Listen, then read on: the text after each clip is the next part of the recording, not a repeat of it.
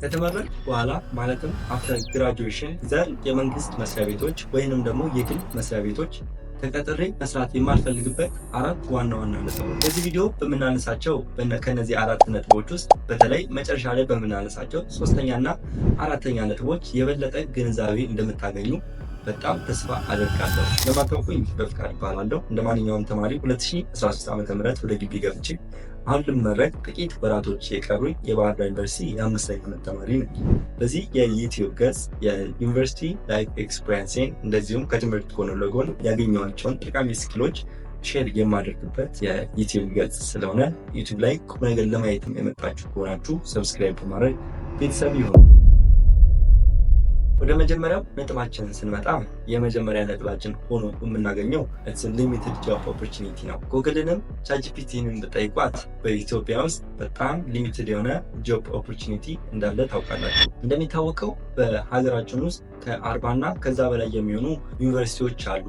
እነሱም በየዓመቱ በጣም ብዙ ሺህ የሚሆኑ ተማሪዎችን ያስመርቃሉ። ለነዛ ሁሉ የሚሆኑ የጆብ ኦፖርቹኒቲ ግን በሀገራችን ደረጃ በጣም ዝቅተኛ የሆነበት ነው ማለት ነው። ስለዚህ አንድ ሰው ከተመረቀ በኋላ ለመቀጠር ቢፈልግ እንኳን ከአለው የስራ እድል አማራጮች ውስጥ በጣም አናሳ ስለሆነ ስራ አጥቶ ቁጭ የሚለው ሰው በጣም ብዙ ነው ማለት ነው። ስለዚህ እኔ ከነዛ ውስጥ መደመር ስለማልፈልግ በጣም ሌስ የሆነ ጆብ ኦፖርቹኒቲ ስላለ መቀጠርን አልፈልግም ማለት ነው። ማለትም ስመረቅ ቅጥርን አስቤ አይደለም የምመረቀው ማለት ነው። ሁለተኛው ደግሞ ፔይመንት ኢሹ ነው። መንግስትም ቦታ ገብቶ ተቀጠረ፣ የግልም መስሪያ ቤት ገብቶ ተቀጠረ፣ የሚከፈለው ደሞዝ ወርሃዊ ደሞዙ ጊዜውን ያማከለ አይደለም ይህ ሰው ማለት ነው። አንድ ሰው እንደ ስራ መጀመሪያ ሲቀጠር ያው 7,000 ብር ወር 8,000 ብር ምናምን ነው አብዛኛዎቻችን የምናውቀው።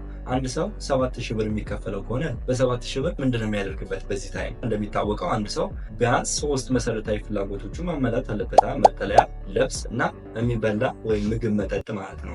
እነዚህን ሊያሟላበት የማይችል ክፍያ የሚያገኝበት መስሪያ ቤት ምን ይሰራለታል? ወይም እኔ ምን ይሰራልኛል? ሄጄ የምቀጠረው ጊዜውን ያማከለ ክፍያ ቅንጦቱን አይደለም፣ ቅንጦት ህይወቱን አይደለም፣ የቅንጦቱን ቀርቶ መሰረታዊ ፍላጎቶች ብዬ ማስባቸውን ሊያሟላልኝ የማይችልን የገንዘብ መጠን የሚከፍለኝ መስሪያ ቤት ውስጥ ለምን ሄጄ እቀጠራለሁ? ስለዚህ የኛው ቅጥር መቀጠር የማልፈልግበት አንዱ ምክንያት ሆኖ አገኘዋል። ወደ ሶስተኛው ስንመጣ ሊሚትድ ክሬቲቪቲ ኢን መኒ ካምፓኒስ ነው። ተቀጥረን ልንሰራባቸው የሚችሉ አብዛኛው ካምፓኒዎች ወይም ደግሞ አብዛኛው የግልም ሆነ የመንግስት መስሪያ ቤቶች በጣም ክሬቲቪቲያቸው ሊሚትድ ነው። ራሳቸው አድገው ደግሞ ራሳቸው የቀጠሩት ሰራተኛ አያሳድጉትም ማለት ነው። ሊሚትድ የሆነ ክሬቲቪቲ ስላላቸው በዚህ ምክንያት መቀጠርን አልፈልግም ማለት ነው። ወይም ደግሞ የማልቀጠርበት ምክንያት ሆኖ አገኘዋለሁ ማለት ነው። አራተኛውና የመጨረሻው እኔ በተለይ በጣም ቤዝ የምሆንበት ወይም ደግሞ አንድ መስሪያ ቤት ውስጥ ላለመቀጠር ለራሴ ቃል የገባሁበት ፊክስድ ሳላሪ እና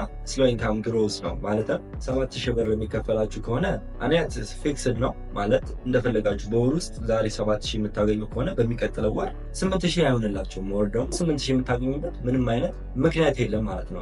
ምክንያቱም ተከፋይ ናቸው፣ ኤምፕሎየር ናችሁ።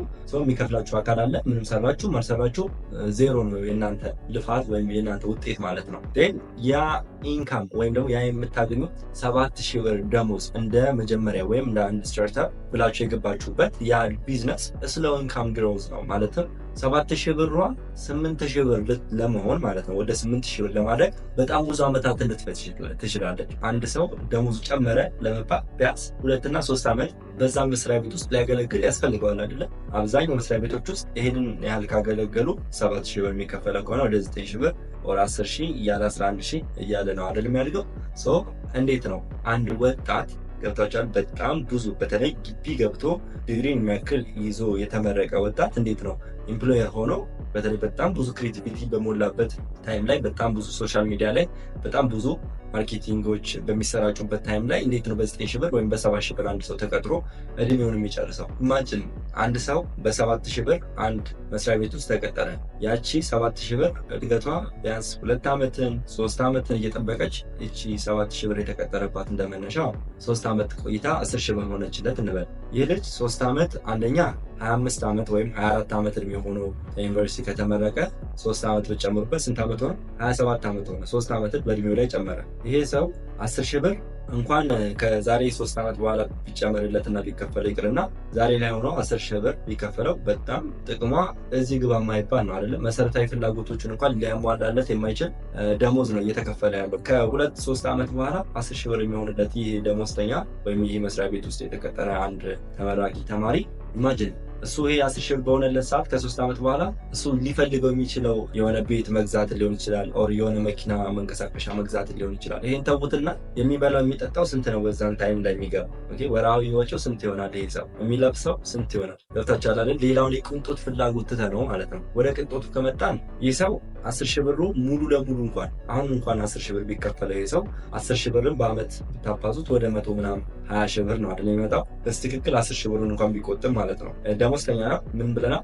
ፊክስድ ሳላሪ ነው ብለናል አይደል? ፊክስድ ሳላሪ ስሎ ኢንካም ግሮዝ ነው ያለው። 10,000 ብሩ 120,000 ብር 3-4-5 ዓመት እንኳን በቆጥሩት 300-400,000 ብር ነው የሚሆነው። መኪና ልግዛ ቢል መኪና ስንት ብር ነው የሚደርሰው? እሱ 3 ዓመት ቆይቶ ሲመጣ መኪና በዛው የ3 ዓመት ያህል ጭማሪን ያሳያል ማለት ነው። ይሄ ሰው የዚህ ሰው እድገቱና እንዳጠቃላይ ሀገሪቷ የምትንቀሳቀስበት እድገት በፍጹም ተመጣጣኝ አይሆንም ማለት ነው። ስለዚህ እነዚህን በመሳሰሉ 4 ነጥቦች ተቀጥሮ መስራትን በጣም እጠላዋለሁ ማለት ነው። ለምሳሌ የራሳችሁ ቢዝነስ ቢኖራችሁ ግን በራሳችሁ ላይ ነው ማግኘታችሁ፣ ማጣታችሁ በራሳችሁ ላይ ነው የሚወሰነው። ከዛሬ 5-4 ዓመት በኋላ ሚሊዮነር መሆናችሁ በእናንተ እጅ ነው የሚወሰነው። የግል ሴክተሩን የመንግስት ሴክተሩን ውስጥ ገብታችሁ ብትቀጠሩ ግን በነዛ ሰዎች ነው የሚወሰነው የእናንተ ማደግም ማጠርም ማለት ነው። ዛሬ ላይ ተመርቆ የወጣ አንድ ተማሪ በ10,000 ብር ጊዜያዊ ወይም ደግሞ ለትንሽ ጊዜ ነው የምሰራው ብሎ በ10,000 ብር ደሞዝተኛ ሆኖ ከመቀጠሩ ይልቅ 1,000 ብር በወር 1,000 ብር የሚያገኛት የራሱ በጣም ትንሽ የሆነች ቢዝነስ እሱ ትሻለዋለች ብዬ አስባለሁ።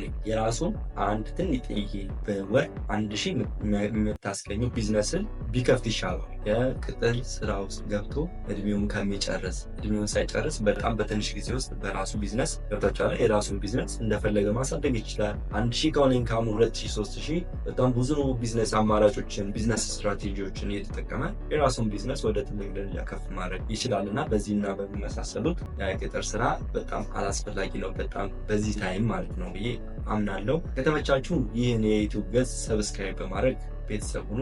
ላይክ እና ኮመንት እንዳይረሳ፣ ምክንያቱም በእናንተ ላይክ እና በእናንተ ኮመንት ዩቲዩብ አልጎሪዝሙ ወደ ሌሎች ብዙ ሰዎች እንዲደርስ ስለሚያደርገው ማለት ነው። ባይ